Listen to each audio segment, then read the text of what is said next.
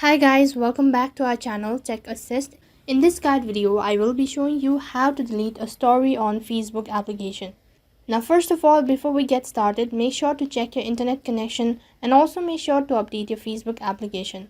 Now in order to delete your Facebook story, first of all, you'll have to post a story on Facebook. Only then you'll be able to delete your Facebook story.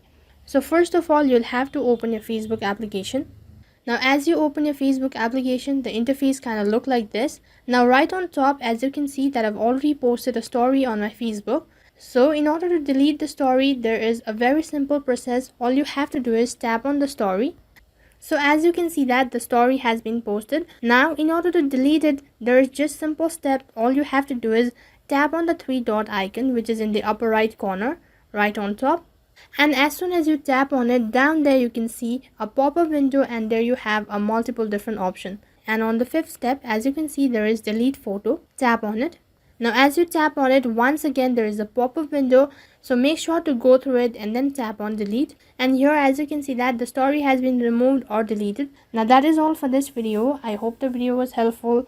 Make sure to like, share, subscribe, and also hit the bell icon so that you never miss an update. Thank you for watching.